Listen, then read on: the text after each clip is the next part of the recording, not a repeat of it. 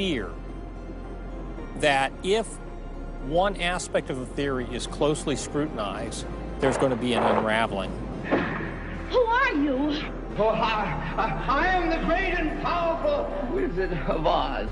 I interviewed dozens and dozens of scientists, and when they're amongst each other or talking to a journalist who they trust, they'll speak about, it's incredibly complex, or molecular biology is in a crisis. But publicly, they can't say that. Keeping a keen eye on the Academy, our various watchdog organizations. Listen to Eugenie Scott of the National Center for Science Education. The NCSE has been at the heart of virtually every evolution controversy over the past 25 years, vigorously defending the Darwinian gospel. We have had a lot of business, unfortunately, at NCSE in the last few years, because virtually every state in which science education standards has come up for consideration has had a big fight about the coverage of evolution in them. NCSE was started by a group of scientists and teachers who were very concerned because in the late 70s and early 80s there were a lot of attempts to pass equal time for creation science and evolution laws. And clearly this is something that neither scientists nor teachers liked. It wasn't exactly help the creationists are coming, but it's, kind of along those lines. Most scientists just throw up their hands and say, creationists, they drive me crazy, you handle it. We've worked a lot with science education organizations. The most important group we work with is members of the faith community, because the best kept secret in this controversy is that Catholics and mainstream Protestants are okay on evolution. Are you sure about that, Eugenie? Liberal Christians have been fighting with conservative Christians for so long that they'll side with anybody against the fundamentalists. And Eugenie Scott says, well, welcome over. There's a kind of science defense lobby, or an evolution defense lobby in particular. They are mostly atheists, but they are desperately wanting to be friendly to mainstream, sensible religious people. And the way you do that is to tell them that there's no incompatibility between science and religion. But is there really an incompatibility? Can't we believe in God and Darwin? Implicit in most evolutionary theory is that either there's no God or God can't have any role in it. So naturally, as many evolutionists will say, it's the strongest engine for atheism. If they called me as a witness, and a lawyer said, Dr. Dawkins, has your belief in evolution, has your study of evolution turned you towards atheism? I would have to say yes. And that's the worst possible thing I could say for winning that court case. So people like me are bad news for the science lobby, the evolution lobby. By the way, I'm being a hell of a lot more frank and honest in this interview than many people in this field would be. Working hard to keep ideas in check are our friends in the media. Morning, paper. Paper, mister?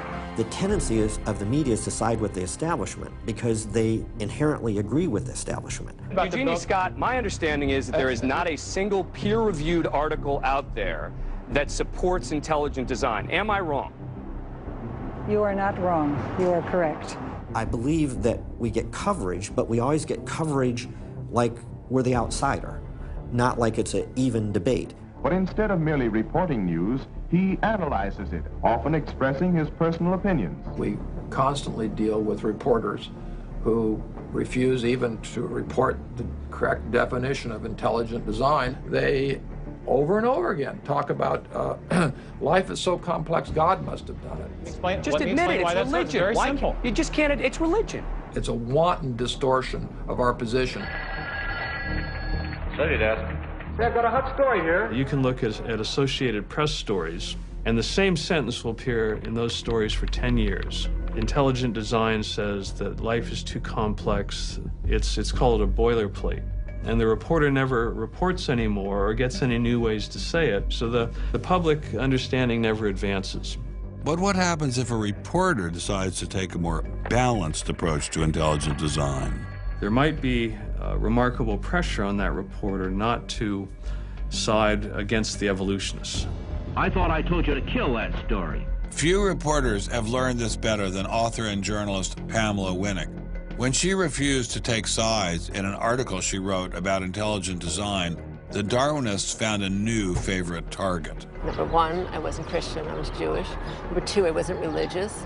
Number three, I was not taking a position in favor of creationism. I was writing about intelligent design, and it didn't matter. After I wrote that one piece, everything I wrote on the subject was scrutinized. There were hate letters coming into the newspaper. If you give any credence to it whatsoever, which means just writing about it, you are just finished as a journalist. Other journalists we spoke with told similar stories, but didn't dare appear on camera. And now, the presses are ready to roll. When all other checkpoints fail, there is always the courts.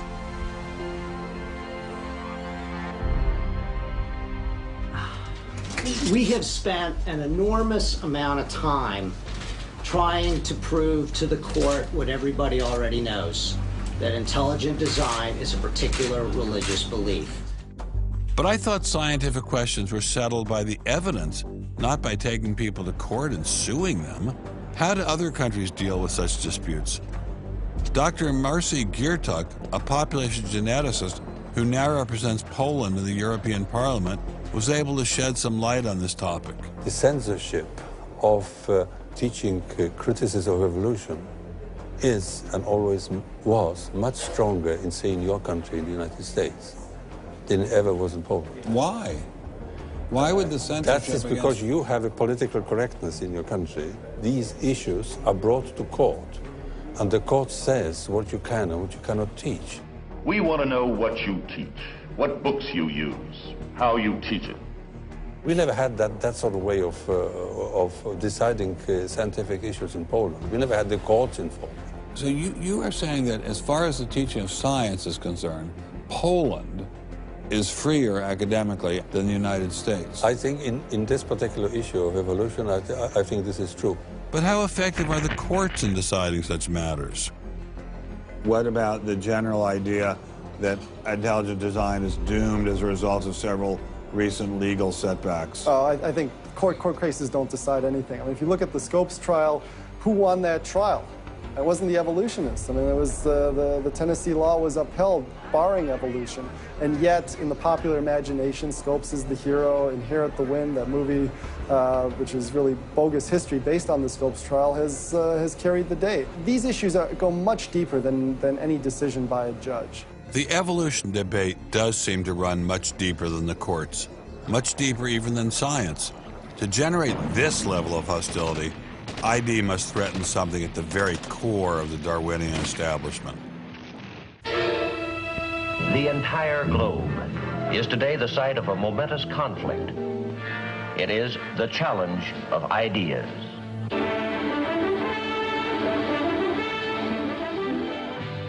I'm Edward R. Murrow. For a little while, I would like to review with you the great conflict of our times, one which demands and must get the attention and the involvement of each one of us.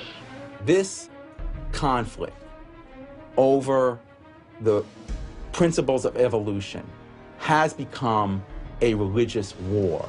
It really is no longer about scientific investigation. It is total competition with an antagonist who is putting into it everything within his capability. The situation has reached a point where many of evolution's top apologists have switched from defending Darwinism to attacking religion in what they see as a bid to stamp out intelligent design at the source. Richard Dawkins is the best example of this.